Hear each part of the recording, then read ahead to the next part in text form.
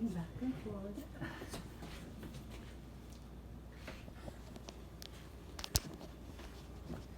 Hi everybody, my name is Anthony Ware. Thank you for attending. Most of us have heard somebody claiming to be on a gluten-free, dairy-free diet. And if that's all the information you get from this person, you might assume that they have a food sensitivity to wheat gluten or to dairy. Or they might have a disease like celiacs, where eating gluten would be a really bad idea. When in fact, a lot of people go gluten and dairy free just to eat healthier and to lose weight. Well, today I'm going to show you how to make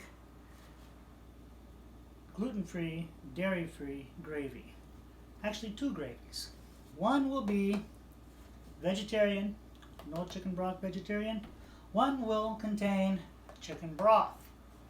They will both be gluten-free and dairy-free. Gravy can make or break your meal as far as people's opinion of what you serve them. If you make a great gravy, they could talk about it for a long time. Maybe even a week. A couple days at least. Who knows? But if you make a bad gravy, they'll talk about that too, but probably so that you can't hear it. And, you know, nobody likes to be talked about. So, I recommend you make a good gravy, and that's why I'm here today. Fortunately, I was once an assistant chef, and I had to make special meals for people with special diets. And a lot of these people couldn't have wheat gluten or dairy, so my favorite substitute for wheat flour is millet flour. I love olive oil. It is wonderful stuff. So, to start our gravy making process, we have to make roux. Roux is a thickening agent that is used to thicken sauces, gravies, soups. It is really millet flour for us today and olive oil.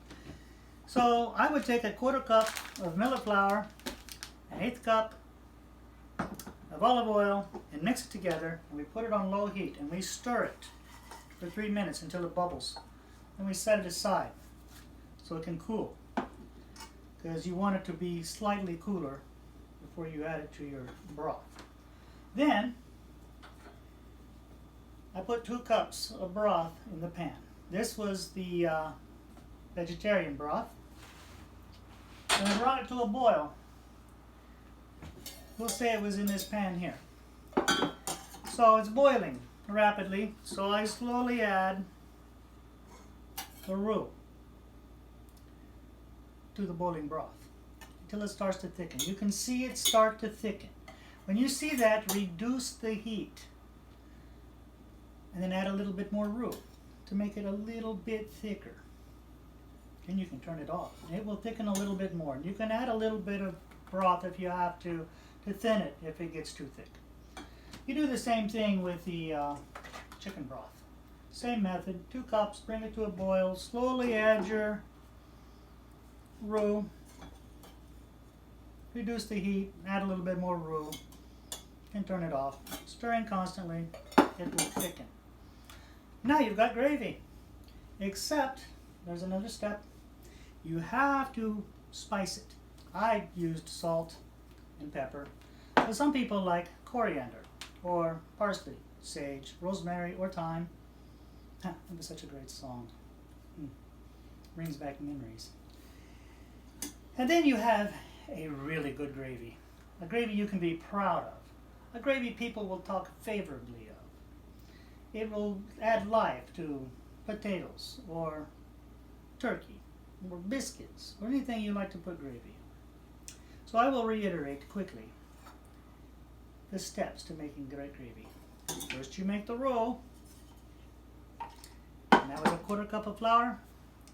1/8 cup of olive oil, mix together, 3 minutes low heat, stirring frequently. Set it aside to cool. Bring your broth to a boil and slowly add your roux until it thickens. Turn down the heat, add a little bit more roux. And then it's thickened a little bit more and you can turn it off and then add your spice. If you would like more recipes that are gluten and dairy free, you can go to a blog called Intricate. You can easily Google it. And they have lots of gluten dairy free recipes. You can also go to the dummies, you know, the ones that do it for dummies, shows you how to do stuff. Actually, they're going to talk about being gluten free and why that's a good thing. And at prevention.com, they have a great talk on 7 reasons to quit using dairy. They're great reasons.